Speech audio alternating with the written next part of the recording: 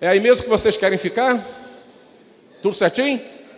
Então vamos começar. Você que está em casa, vamos começar o nosso estudo nesta manhã. E que Deus esteja abençoando a sua vida também. Você que nos assiste agora, ou que vai nos assistir em outro momento da semana, né? Talvez não esteja em casa, no trabalho, viajando. Que Deus esteja abençoando a sua vida, a sua família. Você que está conosco, que bom que você está aqui na casa do Senhor. Sejam todos muito bem-vindos. Amém? Vamos orar então? Feche seus olhos. Feche os seus olhos. Vamos falar com Deus. Senhor, quis o Senhor que estivéssemos de volta à Tua casa, nesse início da semana, no primeiro dia da semana, domingo, Deus, que nós aprendemos, segundo as Suas Escrituras, dia do Senhor, dia que o Senhor ressuscitou, dia que o Senhor decretou a vitória, Deus, permanente sobre a morte e nos deu vida, meu Pai. Nós cremos nesta verdade, crendo que o Senhor vive, crendo que o Senhor cumpriu deixar conosco o Consolador, o Espírito Santo de Deus, até a Tua volta. Estamos rogando ao Santo Espírito nesta manhã, em nome de Jesus, que nos ajude na ministração, que ajude cada família, cada pessoa.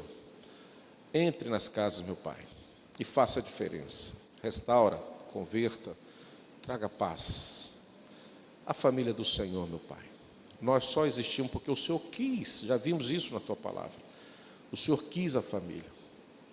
Então o Senhor tem nos honrado com família. E tudo que queremos fazer, meu Pai, é devolver esta família nas Tuas mãos, com ações de graça, com gratidão. Então estamos nas Tuas mãos e nos abençoe nesta manhã. Cura os nossos enfermos, abençoa, Deus, o Teu povo espalhado em todo o canto da terra. E que esta manhã seja uma manhã muito proveitosa, em nome de Jesus. Amém. Vamos lá então? Vamos para o texto primeiro, e depois nós vamos dar sequência ao estudo. Provérbios 14, 29. E se você puder também, depois, dar um pulinho lá em Gálatas 5, nós vamos ler um outro versículo que está lá em Gálatas 5. Vamos ler junto, igreja? Longânimo é grande em entendimento, mas o de ânimo precipitado exalta o quê? A loucura. Vamos ler de novo? Lê com vontade, né? Com desejo. Vamos lá? O longânimo é grande em entendimento, mas o de ânimo precipitado exalta o quê? A loucura. Agora, muda a Bíblia que está nas suas mãos, a palavra de Deus. Dê um pulinho lá em Gálatas 5, fruto do Espírito. Gálatas, capítulo 5, fruto do Espírito.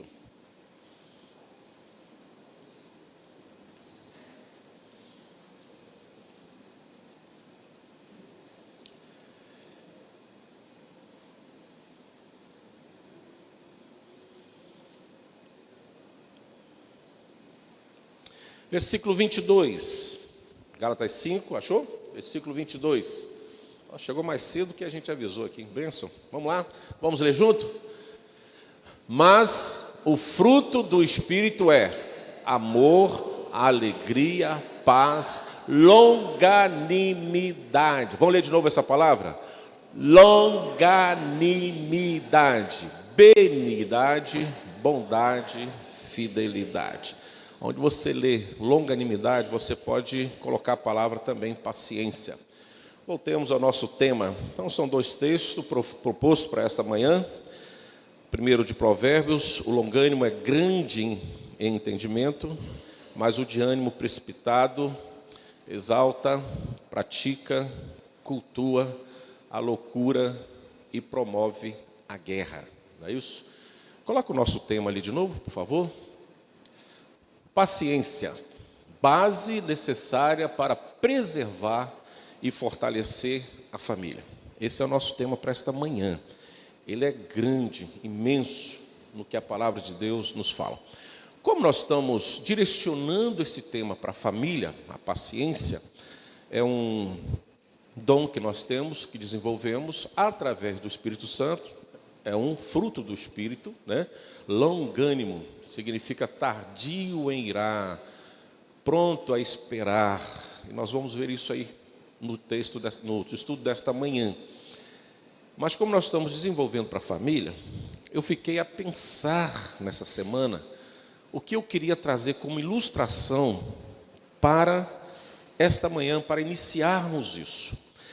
E eu pensei, nós vamos falar sobre algumas pessoas que exercitaram assim profundamente a paciência em família, ao longo da sua existência. Algumas pessoas conhecidas pelos irmãos. Por exemplo, se eu perguntar à igreja aqui, qual o exemplo maior de paciência que a igreja conhece à luz das Escrituras? Quem vem na cabeça assim, ó, bum, hã? Até o nome é pequeno, Jó, né? Não é isso? Jó também teve um momento assim de paciência em família, além em si mesmo de esperar a bênção de Deus sobre a sua vida, sem entender o que estava acontecendo, né? Ele teve dois momentos bem claros de paciência. Um foi com os seus amigos, nós vamos ver isso lá no capítulo 42, versículo 10, quando ele ora para os seus amigos que o acusavam. Mas nós vamos ver um momento que ele é questionado, provocado pela sua esposa, no momento de muita dor. Ele estava pobre, de luto, doente, sem entender o que estava acontecendo com ele. E a esposa, por o amar, isso é minha tese, tá? É minha tese, eu aceito a sua, a minha tese. A esposa, por ter um amor para ele muito grande, por ele muito grande, e não mais suportar a sua agonia da doença, acredito que ela, por amor, ela ousou em dizer a Jó: só tem uma forma de você morrer e acabar com esse sofrimento, já que não há cura para você na face da terra. Talvez você já agiu assim, talvez não em palavras, mas em gesto e em atitude. Por amor, acreditando que se Jó seguisse o seu conselho, ele estaria livre do sofrimento e ela também não sofreria junto com ele, daquela forma que ele sofria, que a palavra descreve o seu sofrimento e nós conhecemos. Ela chega para ele e fala assim: Jó, meu querido, meu amado, só tem um jeito da gente se livrar desse sofrimento, e você em especial, que é você que está doente, enfermo. Eu me viro. Então amaldiçoa o seu Deus, porque você só está vivo porque Deus quer. Então amaldiçoa o seu Deus, porque se você amaldiçoar o seu Deus, o que acontece? Ele vai ficar irado com você, aborrecido com você e vai tirar a sua vida, porque a vida é dele. Então essa frase que nós conhecemos, amaldiçoa o seu Deus e morra, não foi uma frase de divisão, de intriga, de briga. Não foi. Posso classificá-la como uma frase de ciência em persistir e ajudar e acolher alguém que está em sofrimento.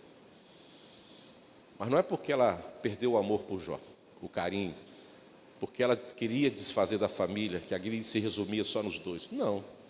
Era o sofrimento que era muito grande. Não quero falar do sofrimento de Jó, você lê lá o que ele passou por isso. Salvo engano, no capítulo 19, ele declara que só lhe restou a pele dos dentes. Era um homem que vivia sozinho, com dores, caco, para se coçar, um odor insuportável. Então ela fala, é muito sofrimento. E talvez você já perdeu a paciência, entre aspas, com alguém que está sofrendo do seu lado. E talvez lá no íntimo, no seu coração, você falou assim: Jesus, leva, dá descanso. Você não tem mais força para caminhar, por N motivos, não vamos questionar isso. Mas eu entendo que ali, ela exerceu, primeiro, essa vontade por o amar e não conseguir mais vê-lo com tanto sofrimento, que ele pudesse morrer e o sofrimento acabasse. Essa era a ideia dele, acho eu, penso eu. Segundo, vem a crítica, acho que lhe faltou loucura, ela adorou a loucura, praticou a loucura. Qual foi a loucura? Amaldiçoou o seu Deus e morra. Pastor, mas quando ela fala amaldiçoa o teu Deus e morra, ela dá a entender, parece para mim, que ela não tinha o Deus de Jó como Deus dela. Ela fala amaldiçoa. Sim, o teu Deus conviveu com ela, e eu não posso pensar desse jeito, meu irmão, por um detalhe lá de Jó 1, capítulo 2. O que nos chama a atenção na família de Jó? quando nós conhecemos Ele.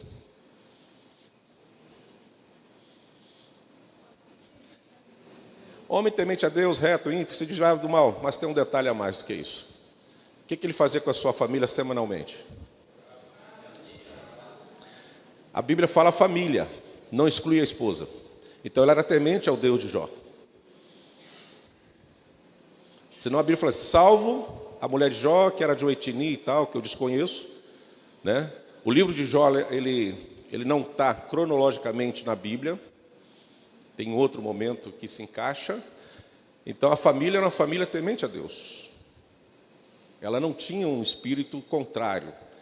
Tanto que ela sabe que o domínio e a soberania estava naquele Deus que ela conhecia e sabia.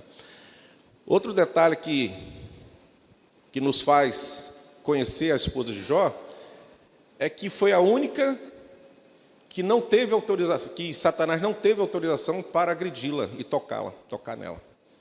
Ela contou com a proteção de Deus e o amor de Deus em todo o tempo. Aí eu pergunto você, mãe, e você, pai, que está aqui dentro, você ama mais o seu esposo, a sua esposa, ou você ama mais os seus filhos? Não me responda, senão vai dar briga aí. Só pensa. Só pensa. Quem você ama mais? Não.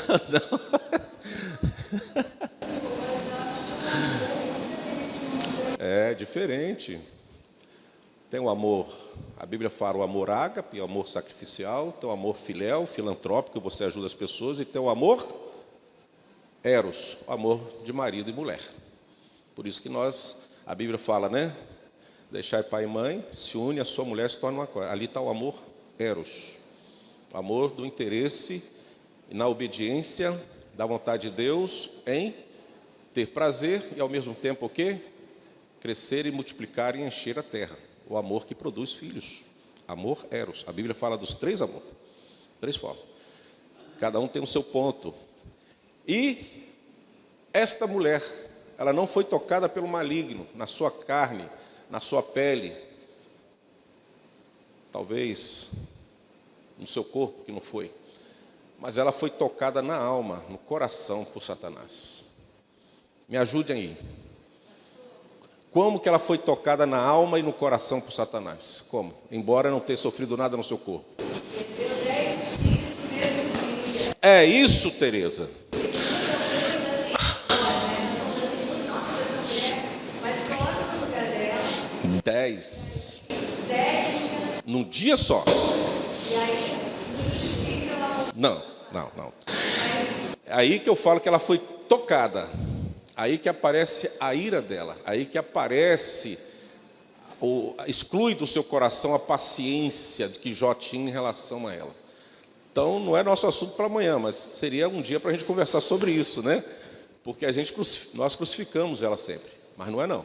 Vamos pensar direitinho, porque depois, aí eu encerro Jó para passar para outra situação, depois nós vamos ver, que lá no capítulo 42... O único bem que Deus não permitiu que Satanás tirasse de Jó foi este bem que o Senhor usou para que pudesse dar novamente à luz a quantas crianças? 10. Calma que não foi... Como é que eu vou falar se nascer 10 gêmeos de uma cacetada só? Como é que eu falo, hein? Me ajuda aí, Max, por favor. Tem... Mas vocês acreditam que foi assim? Foi não? Graças a Deus, que também não penso que foi assim não. Embora Deus pode fazer qualquer coisa, mas a Bíblia não diz. Eu calculo no mínimo aí uns 12, 13 anos para que chegasse a totalidade de 10. Eu calculo mais ou menos por aí. Mas Deus é Deus. Olha só, gente. Eu levo ao exagero da minha fé para que vocês não duvidem no balanço. Eu não tenho dúvida, se caso a Bíblia registrasse assim, e de uma vez só, a mulher de Jó teve 10 gêmeos. Glória a Deus, eu glorificava ao Senhor. Eu acredito. Mas a Bíblia não fala, por favor, você que tem cá, a Bíblia não fala isso. A Bíblia fala que ela teve 10 filhos, também não fala em quanto tempo teve. Eu calculo dentro de uma gestação normal, considerando 9 meses. Então você dá um descansozinho, né? Aqueles que conseguem dar um descansozinho, entenderam, irmãos? Show, né? Pode levar, naquela época não tinha nenhuma forma de evitar os filhos, né? Então, aqueles que conseguem dar um descansozinho, por amor... Aí pode ser que no mínimo de 10 a 11 anos, 12, 13 talvez, foi o que Deus prometeu e cumpriu. Mas não duvido, se Deus estalar o dedo, algo novo acontece, porque Ele é Deus. Amém? Oi? A irmã Luzia vai até lá naquela fé inabalável que Abraão tinha. Se eu crucificar o seu... Como é que fala? Se eu... É isso mesmo, crucificar o meu filho, Deus pode ressuscitá-lo. A irmã Luzia está dizendo a sua fé, que eu creio e não duvido. Deus poderia ter ressuscitado os seus filhos. Tá, mas a Bíblia não diz. Mas o que eu quero exaltar é a fé. De Deus você não pode duvidar. Deus é o Deus do impossível e não está atrelado aos meus pensamentos. Por isso que a Bíblia revela com todas as letras. Nós não conseguimos entender e compreender os pensamentos de Deus. Ele nos compreende perfeitamente. Sem vírgula. Mas eu não consigo compreender os pensamentos de Deus. Eu só me curvo diante dele. Bom, Jó é uma boa referência. Mas aí, como ilustração, eu falei, Senhor, eu quero fugir de Jó, embora caí em Jó aqui, né? Caí na armadilha de Jó. Eu queria um outro exemplo, assim, que a gente pudesse fazer uma ilustração legal com a igreja sobre paciência. Fiquei pensando em vários casais, em várias famílias. Noé. Mas Noé nem passou na minha cabeça, irmã Luzia. Fui pensando. Está ali também, paciência, construiu uma arca com a sua família até, né? Caiu o dilúvio, 120 anos, e aí vai, depois 150 dias na arca. Paciência de Jó, hein? Ou paciência de Noé. Mas como eu quero família, fala aí, Ângela. Fala mais alto, por isso que eu peço para sentar na frente. Moisés, aonde ali? E carregar o povo nas costas? 40 anos. Homem paciente, né? Moisés, pode ser. Né, Tereza? Moisés. Depois eu vou pensar direitinho em Moisés e converso com vocês, tá? Vamos lá. Mas é um homem paciente mesmo. Homem manso, né? A Bíblia diz que era um homem tranquilo, embora esmurrou a pedra, mas a Bíblia fala que ele era manso. Tranquilo, né? Quem não quer um marido manso em casa aí? É o sonho de desejo de todas as mulheres, um marido manso em casa. Ai, glória a Deus. A Carlinha está forçando a mão da Delminha ali. Eu acho que ela não caiu nessa não, irmã. Ela resistiu a essa mansidão sua aí. Mas eu estava pensando, irmãos, e cheguei a um pensamento, a uma situação bíblica, que eu falei, Jesus, está aqui o que eu posso levar para a igreja, que talvez seja até uma curiosidade bíblica, e que serve para a gente ilustrar um pouquinho, além do que os irmãos pensarem e sabem, conhecem a respeito de paciência. Eu quero falar de Maria. Quero trazer à memória Maria, mãe de Jesus. Mulher paciente. Por isso que ela foi agraciada. Pastor, onde Maria foi paciente? Irmãzinhas, só vocês, que os homens não nos escutem agora, por favor. Nós não sabemos nada disso. Achamos que sabemos, que conhecemos, mas não temos conhecimento disso.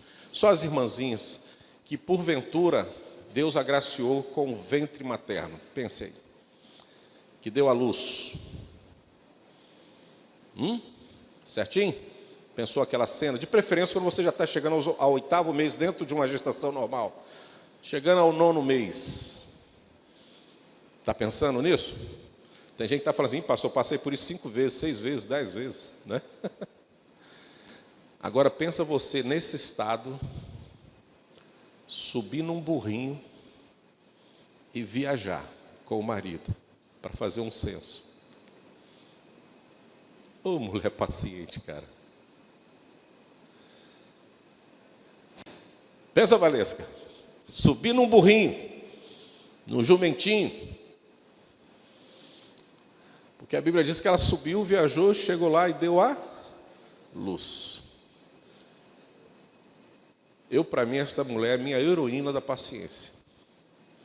As mulheres que talvez me entenderão melhor do que os homens aqui presentes. Por isso que eu chamei a atenção das mulheres. O início da sua família, da sua caminhada familiar, foi assim. Além daqueles atropelos de anunciar a sua gravidez, mais à frente um pouquinho, ela tem que deixar a sua parentela, a sua casa, o seu conforto, o seu convívio, naquela eminência de dar à luz. Aí o maridão chega, José chega, e fala assim: olha, sobe nesse burrinho aí e me siga. Nós temos que ir até Belém fazer o censo, o governador. Não pode esperar não, José. Deixa nascer primeiro a criança. Olha o estado que eu estou. Vê se tem condição eu de sair por aí, por essas ruas, por essas vielas, por essas montanhas, por esse morro, por esse sol, por essa lua toda aí. Nesse estado, ô homem, você não tem cabeça não? O que você está pensando? Está querendo me matar? Ó, esquece, tá? Esquece. Pense em outra coisa. Isso aí não, já chega. Ser agraciada pelo Espírito Santo, tudo bem. Mas agora, ir até Belém, nesse estado que eu estou, aí não, aí já é outra coisa. A Bíblia não relata. A Bíblia diz que ela, com toda a sua longanimidade, mansidão, paciência, naquele momento, ela recebe aquele convite do seu esposo e pacientemente sobe no burrinho e vai até Belém. Hoje, muitas vezes, a gente não consegue entrar num carro com ar-condicionado para ir fazer uma visita a uma mãe, uma sogra, um tio, uma tia, já perdemos a paciência. Maria teve que andar aí alguns quilômetros, salvo engano, uns 80, por aí, não pesquisei a distância não, num burrinho, grávida, na obediência do chamado do seu esposo para atender uma demanda ali das autoridades. Eu não sei o que é mais paciente do que isso. Andar num burrinho, na época, no momento que estava para dar à luz. Como é que está o nosso relacionamento dentro de casa, no que diz respeito à paciência um para com o outro? Marido e mulher, os pais e filhos, filhos e pais. Como é que nós estamos? Ou seja, a paciência, é o nosso tema para hoje, é a base necessária para preservar e fortalecer a família, irmãos.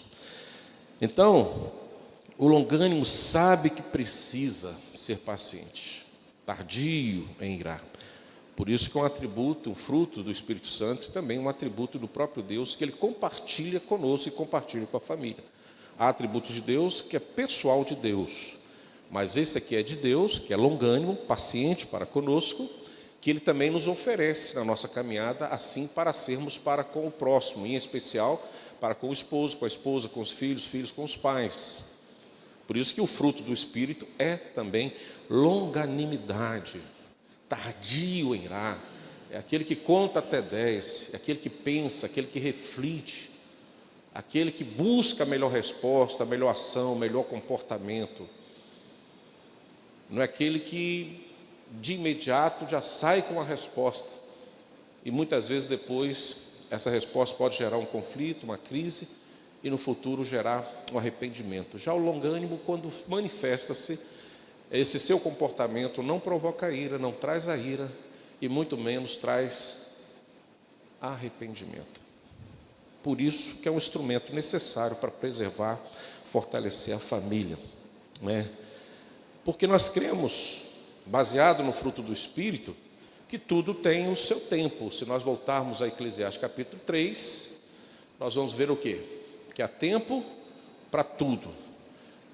O único problema de Eclesiastes 3 é que muitas vezes nós não chegamos no versículo 15 de Eclesiastes 3. Por favor, joga na nossa tradução aí, por favor. Hein? Eclesiastes 3, 15. Lê comigo, igreja. Dentro do contexto de tempo para tudo, o que estava dizendo ali? O que é, já foi, e o que há de ser, também já foi. Deus fará o quê? O que se passou. O que se passou será novo para nós. Longanimidade, espera esse tempo de Deus. Já não é o nosso tempo. O tempo que passou para ser restaurado vem de Deus. E alcança isso aqueles que atuam no tempo presente com paciência, com vontade de ver a ação de Deus e não a nossa, para amenizar ou resolver os conflitos que tem ali atingido a família. Então, o tempo que há de acontecer, a hora que tem que acontecer, não vem das nossas mãos, mas vem de Deus.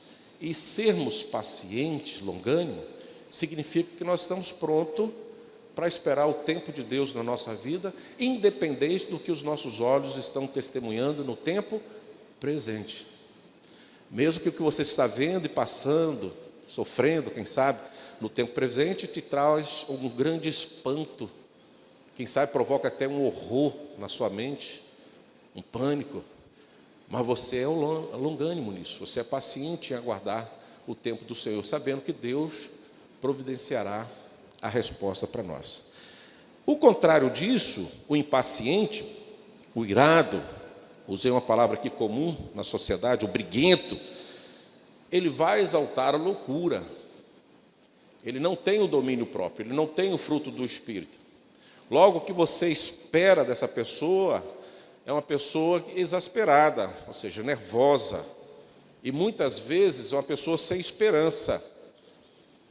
Muitas vezes uma pessoa que quer o resultado para o momento e não aguarda o tempo de Deus na sua vida. Então ele toma decisões precipitadas. Ele faz com que a ira se torne uma justiça. O problema não é irar. O problema é fazer com que aquilo que provocou a ira na sua vida, você tome uma decisão de justiça de acordo com a sua vontade, de acordo com o seu querer, sem aguardar o que? O tempo de Deus na sua vida. Está aí a razão de muitos divórcios, separação e brigas dentro de casa. Às vezes começa com um grão de areia dentro de casa e se torna num penedo de discussões, de ira. E o final a gente sabe, é uma família que é ali atingida pela vontade maligna, através da nossa carnalidade, e separam. Então, o impaciente, o irado, o briguento, ele não tem o espírito, não é longânimo, não é paciente. E ele leva e cultua a loucura, e faz muitas loucuras. Não são poucas pessoas que lá na frente, numa conversa reservada, íntima, com alguém de confiança, abre o seu coração dizendo assim: como eu me arrependo do que eu fiz no passado. Mas no momento do problema ele não teve a paciência. Então aquilo que eu falei antes, a ira vai provocar lá na frente o arrependimento.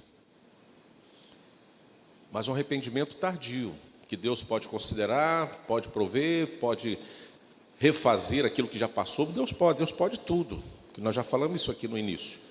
Mas o caminho para chegar a essa resposta de Deus foi mais doloroso do que o tempo que ele teria de paciência na sua vida. Então, o ânimo precipitado, casais, filhos que estão aqui hoje, exalta a loucura. É uma loucura dentro de casa. Olha uma coisa, muita gente tem sonhos, muita gente faz projetos. E muitos sonhos e projetos de muitas pessoas, eu creio, e que você que está aqui, principalmente aqueles que são casados, já fez, que é ter um casamento feliz. Eu não acredito que você construiu, falamos isso domingo passado, um projeto para ser infeliz. O seu projeto é para ser feliz. Esse é o principal motivo, né, dos nossos sonhos. E já falamos que esse projeto vem de Deus. É aquele homem que queria aquela mulher, e aquela mulher que queria aquele homem, para que juntos, conforme a palavra de Deus diz, se transformassem numa só carne, e ali eles pudessem usufruir de tudo aquilo que Deus lhe daria em casal. E um desses sentimentos é ser feliz. Mas, na caminhada, os ânimos precipitados, né, numa relação que foi projetada para ser feliz, muitas vezes vai exaltar o quê? A loucura. E sabe aonde que essa loucura será cultuada, praticada? Dentro de casa. E sabe contra quem? Contra aquele homem que você sonhou, fez um projeto para ser feliz. Sabe contra quem? Aquela mulher que você sonhou, fez um projeto para se dar em casamento e ser feliz. Então a paciência é um instrumento que precisa ser cultivada, porque é uma base necessária para enfrentar e fortalecer a família.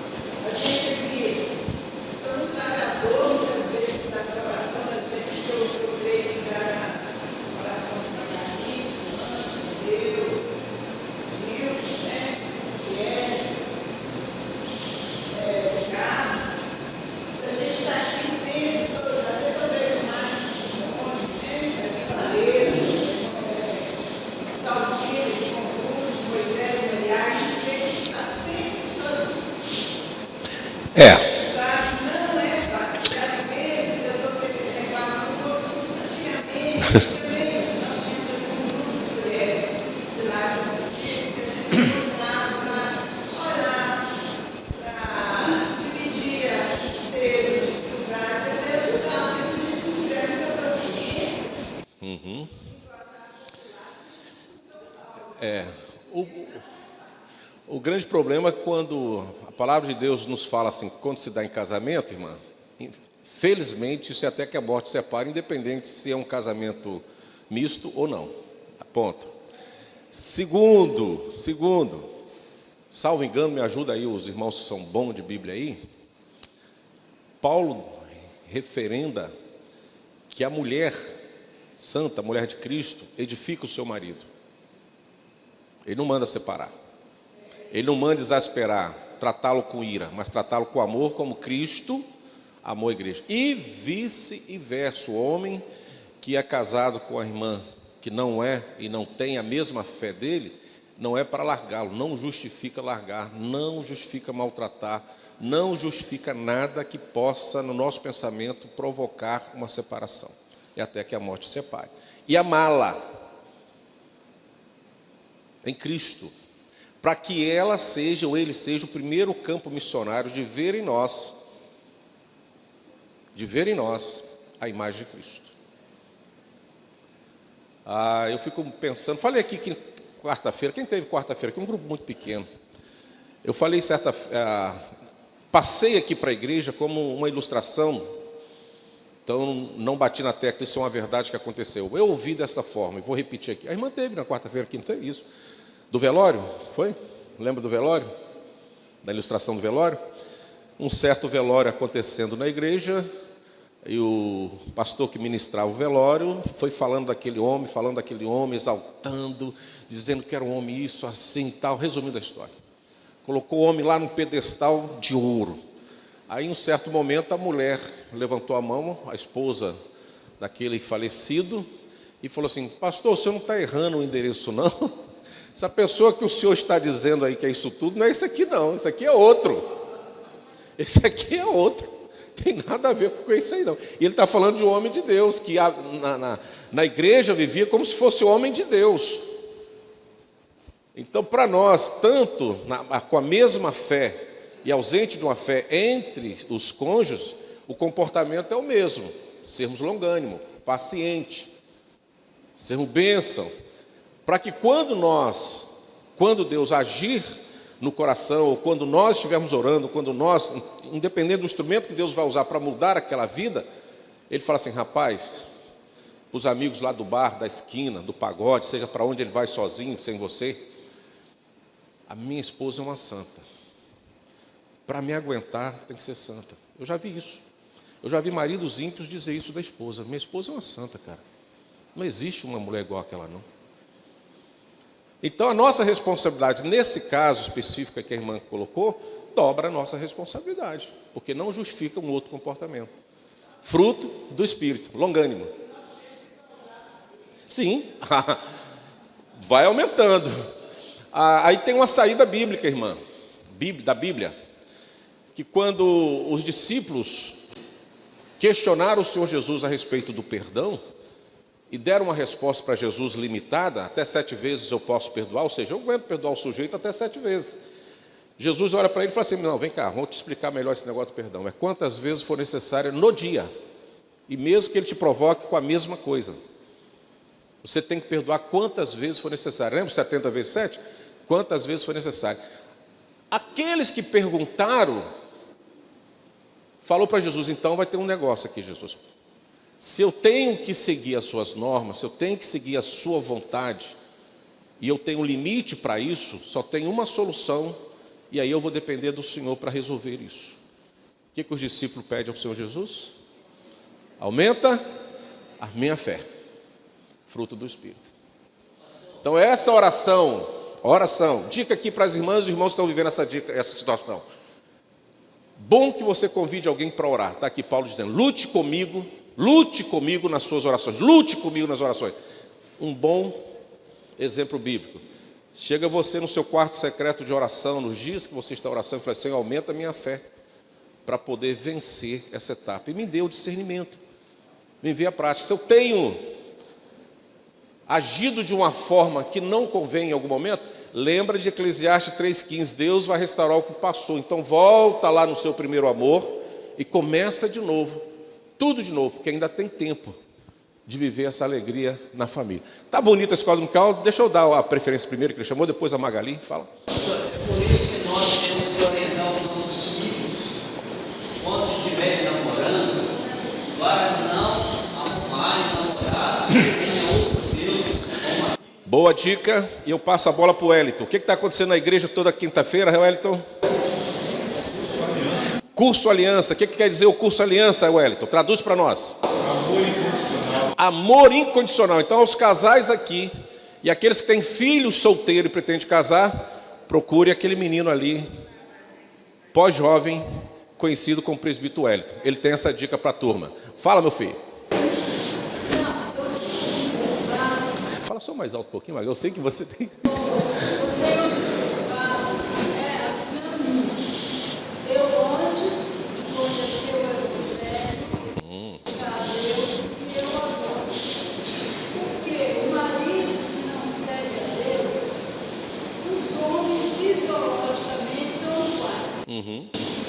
Eles são mais racionais, mais rápidos, mais super, eles não ficam com essa emoção que a mulher, né? Então, nós é difícil, respeito. Sim. Então, assim, nós que somos servos de Deus, nós temos que provar, é nós que Deus quer.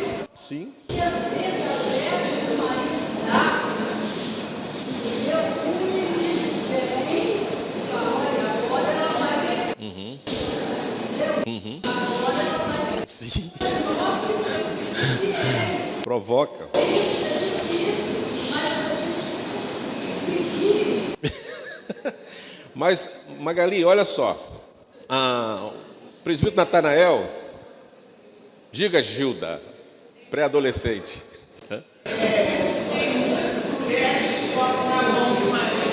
Aí eu ia falar isso agora, você antecipou. Sim, já acabei de dar o velório aqui.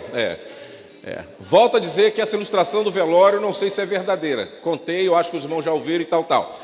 O que mais nos chama a atenção na questão da longanimidade, ela é um dom, um fruto do Espírito, que precisa estar no coração da mulher, serva do Senhor, como também precisa estar no coração do homem do Senhor.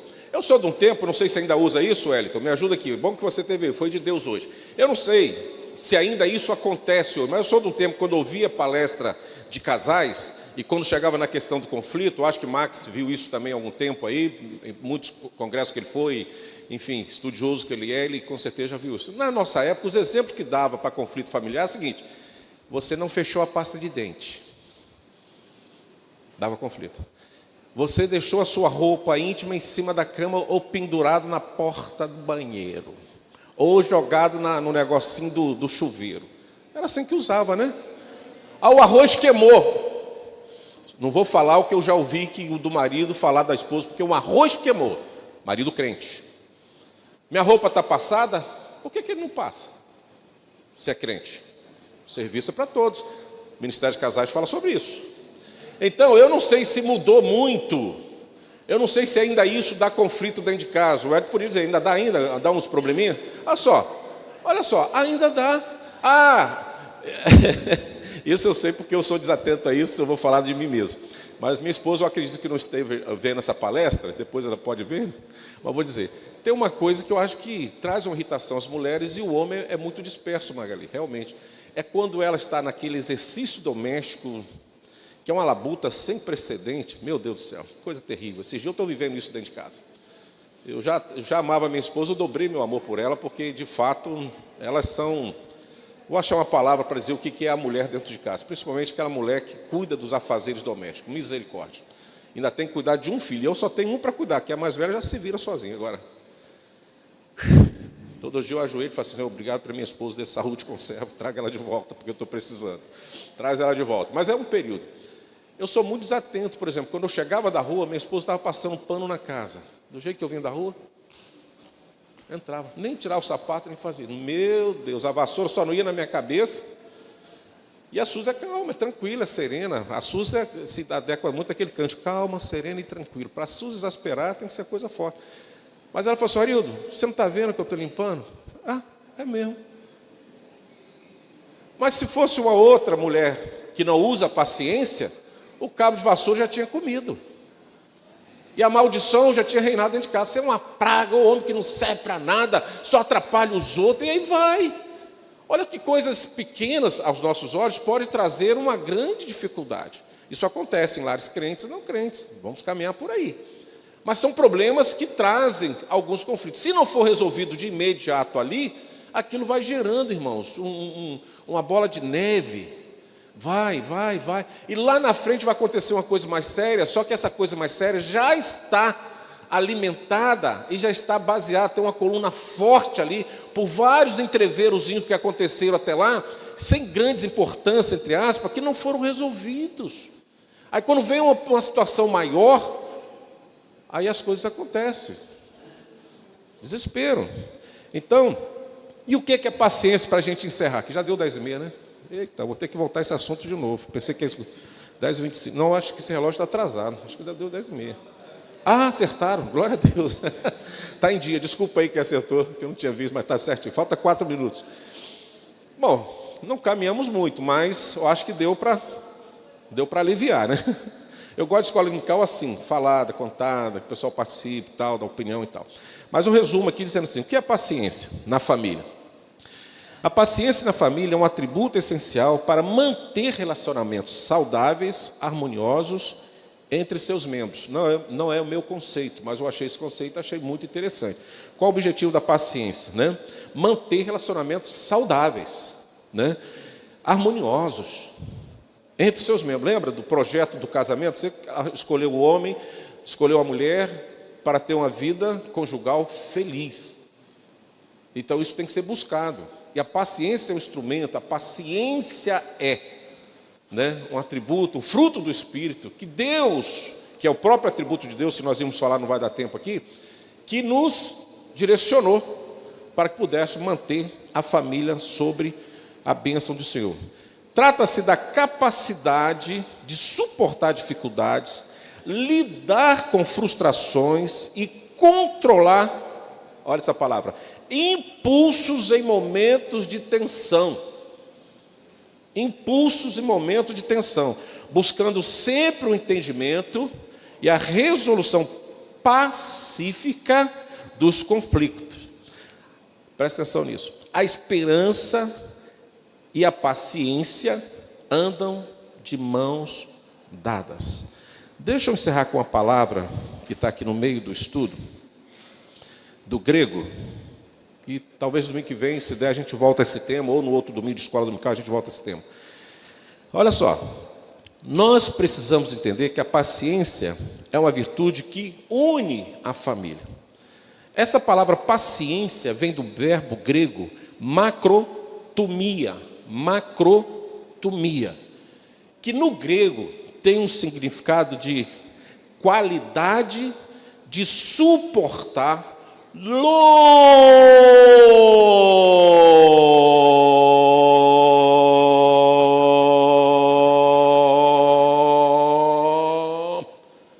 sofrimento. Deu para entender? Quer que eu desenhe ou repito? Se eu repetir, vai faltar fôlego, vou desmaiar aqui. Então, é qualidade de suportar longo sofrimento. É a palavra no grego macrotomia. Eu encerro com a Ângela e oro que a hora já foi e já deu. Fala. Eu não estou ouvindo, por favor, fala mais alto.